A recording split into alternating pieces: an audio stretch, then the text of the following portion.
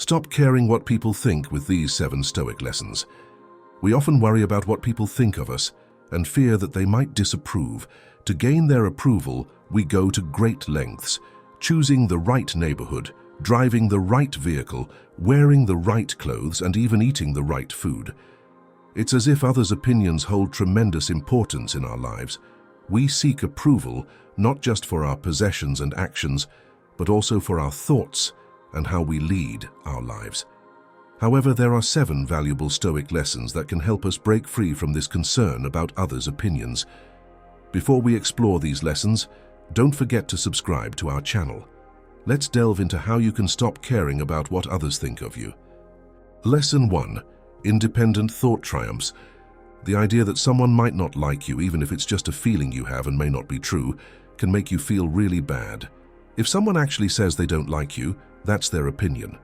But it becomes a problem when what they think clashes with what you think about yourself. For example, if you see yourself as a hard-working person, but someone else sees you as lazy, it can make you feel upset. Since we can't control what others think, it's important to understand that beliefs, especially the ones about ourselves, are always changing. We should treat our beliefs like the weather. We might prefer sunny days, but we don't fall apart when it rains. Similarly, we'll have beliefs about ourselves, and we might like some of them more than others, but we shouldn't hold on to them too tightly. When we forget that beliefs are always changing, we get attached to them. If you're really stuck on the idea that you're a hard worker, it's going to bother you a lot if someone thinks you're lazy. Once you know what someone thinks of you, you can't unhear it.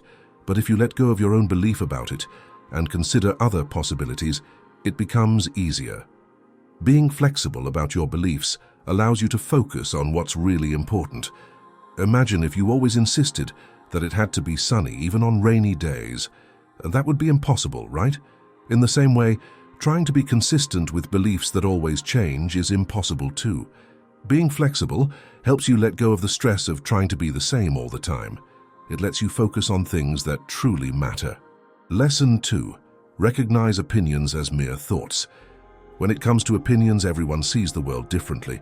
We each have our own way of looking at things, shaped by our past experiences. This shapes a kind of lens or filter through which we see everything. When someone forms an opinion about you, it's often more about their own lens, their experiences, biases, and background than about who you really are. This is especially true if something about you makes them feel insecure or threatened. Imagine one person seeing the world as red. It doesn't mean the world is actually red. Maybe they're having a bad day or have been through something traumatic. Similarly, someone's opinion of you might not be accurate. It's just their impression of you filtered through their own lens. As Epictetus once said, "Remember, it is not enough to be hit or insulted to be harmed. You must believe that you are being harmed." If someone succeeds in provoking you, realize that your mind is complicit in the provocation, which is why it is essential that we do not respond impulsively to impressions. Take a moment before reacting, and you will find it easier to maintain control. People are often told who they are or what they should be. The truth is, no one can really know who you are. They can only form a judgment influenced by their experiences, beliefs, values, and insecurities. It's crucial to question the judgments people make about you. Often they'll be inaccurate, revealing things about them rather than you. Questioning applies not only to opinions about us, but also to opinions about the world around us. In a world where people are quick to define us, it's essential to resist being confined by others' perceptions. Explore your own identity, acknowledging that the judgments of others are just glimpses through their unique lens. Understanding this can free you from the constraints of others' opinions. Embrace the idea that only you truly know yourself, and others' views are colored by their own experiences. So, don't let their judgments define you. Instead, use them as insights into their perspectives, while staying true to your own understanding of who you are. Lesson 3. Unveiling the inner self. Stoic reflection means looking at feedback as a tool, not as a measure of your value. We often talk about how the ancient Stoics didn't let external things bother them, things happening around them. This is especially true when we discuss how outside factors can affect our peace of mind. But it's important to know that being indifferent doesn't mean ignoring what's happening around us. The Stoics didn't suggest living in a bubble or avoiding reality. Instead, they believed in facing the outside world honestly. They used reason, wisdom, and good judgment to deal with what they encountered. Think of feedback like looking in a mirror. Sometimes you see a clear, honest reflection. Other times, the image is distorted or unclear. Feedback can be similar. On a bad day when we're feeling critical, we might be too hard on ourselves. Similarly, when others give us feedback, it's crucial to understand that they're sharing their perspective. So it's important to distinguish between seeing real insight in the mirror and just seeing another person's bias or insecurity projected onto us. If it's genuine feedback, the next step is to pause and decide if it's an opportunity for growth and action, or if you're content with where you are and want to continue as is. Stoic reflection is a continuous process. It's about developing a habit of self-awareness and understanding. The Stoics didn't just think about these things occasionally, it was a way of life. To truly embrace Stoic reflection, we need to practice it regularly. This means taking time to examine our thoughts and actions, considering feedback from others, and deciding how we want to grow. Before anything else, ensure that you subscribe to Stoic Legion and activate the notification bell. This ensures you stay updated on our latest Stoic lessons. Lesson 5. End your self-torture. Our lives are often shaped not by the events that occur, but by how we judge and perceive them, as Epictetus wisely pointed out. It seems that much of our suffering is, in fact, self-inflicted. When faced with challenges, it's common to take them personally, attributing them to our character flaws rather than objectively assessing the situation. Taking responsibility for our actions is crucial, but it can be done without subjecting ourselves to unnecessary suffering.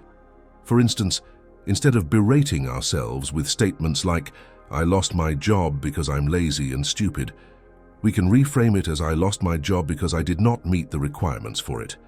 The key difference lies in distinguishing between judgment and factual reporting. Rational analysis of why things happen helps us reduce our suffering.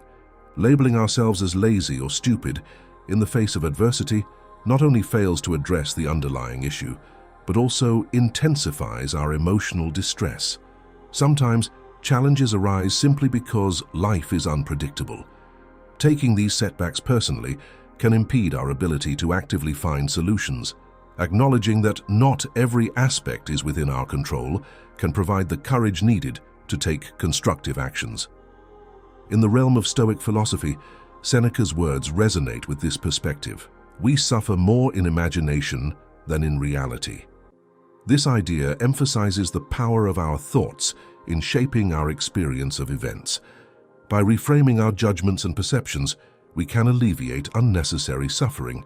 Lesson 6. Mastery confronts freedom. Picture yourself as a sailor guiding a sailboat through the open waters. You're equipped with a few tools to help you navigate: a map and a compass to plan your route, a rudder to steer, and sails to catch the wind and propel you forward. However, there are unpredictable elements like the ever-changing wind and waves that are beyond your influence. If you're unprepared, these forces can wreak havoc on your journey, tossing your ship, steering you off course, or even sinking you. The rudder and sails symbolize the aspects of life you can control: your thoughts, beliefs, actions, and reactions. On the other hand, the wind and waves represent external events beyond your control, such as the behavior and opinions of others, the unpredictable weather, or the complexities of politics. The key takeaway is that no matter the path you choose, you are the captain of your ship. While you can't command the wind or tame the waves, you have the power to decide how you respond to these external forces and steer your ship toward your desired destination. This analogy extends to the realm of dealing with the opinions of others. Just as you can't dictate what people think or say, you can choose how you react to their opinions and stay true to the course you've set for yourself.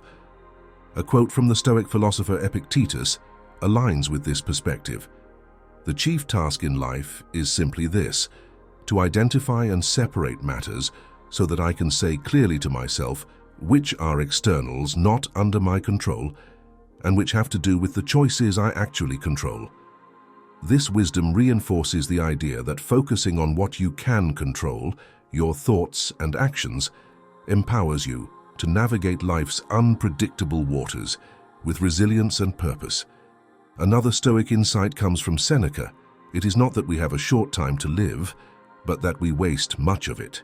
This encourages us to invest our time and energy wisely, prioritizing our own values and principles over the opinions of others. By doing so, we become the true captains of our destinies, steering our ships with confidence and purpose. Lesson 4. Boosting workflow effectiveness. To care less about what others think, shift your attention to the steps you take in whatever you're doing. Think about it. Every remarkable achievement is the outcome of numerous small tasks done with precision. It's easy to be on point during big moments, like when your boss is watching or the night before a crucial exam. However, true greatness comes from consistently giving your best effort to the little things. This demands discipline and mindfulness. Caring about the small things as much as the big ones requires effort, but it's crucial. Most of life is made up of these seemingly insignificant moments. Focusing completely on even the most ordinary activities has two significant benefits. First, it leads to better results. When we concentrate on producing quality work, we naturally care less about what others think. Moreover, as our outcomes improve through unwavering attention to the process, our confidence grows. Trust follows suit, and we start building a reputation for competence. When mistakes become rare exceptions rather than the norm, we become less concerned about how others perceive us in light of those occasional slip-ups. Remember the words of the Stoic philosopher Epictetus, who said, "It's not what happens to you, but how you react to it that matters." Applying this wisdom, we can choose not to let the opinions of others dictate our actions. When we prioritize the process and invest our full focus in the little things, we're actively shaping our own narrative. We become the architects of our success, and external opinions lose their grip on our sense of self-worth. Lesson 7. Gauge true priorities. Assess yourself based on what truly matters in life. Who reminds you to be kind and maintain mindfulness in all your interactions at work? While it's crucial to do quality work for a favorable performance review, it's equally important to align your actions with your personal values. At the end of the day, reflect on how well you lived in harmony with your values. Let your boss handle the performance assessment. Focus on evaluating yourself based on how you treated others, maintained your health, and stepped out of your comfort zone. When you assess your day through the lens of higher values, and especially if you're proud of upholding those values, two powerful benefits emerge. Firstly, reviewing the day in this way helps you process events in a healthy manner, reducing the likelihood of dwelling on them in the evening. Secondly, if you do your best work with calmness and kindness, you become less concerned about others' opinions of you. To further distance yourself from others' opinions, recognize that your work isn't uniquely special. Others in the past have done what you're doing, and others in the future will surpass your efforts. Your truly exceptional contributions in life won't come in the form of a paycheck. They manifest at home, in your community, and through relationships. As the Stoic philosopher Epictetus said, we cannot choose our external circumstances, but we can always choose how we respond to them. Embrace this wisdom in your self-assessment. Stop caring excessively about what others think and focus on living in accordance with your values. In today's Stoic teachings, the message is clear. Don't let others' opinions bother you. It's vital to understand that our own thoughts matter the most. So, stop stressing about what others think of us. Focus on our own beliefs and values. Let's embrace the freedom that comes with not caring about people's judgments.